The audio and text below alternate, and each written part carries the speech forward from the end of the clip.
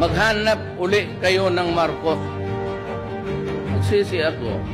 Kasi akala ko, within the constitutional powers na binigay sa akin, kaya ko.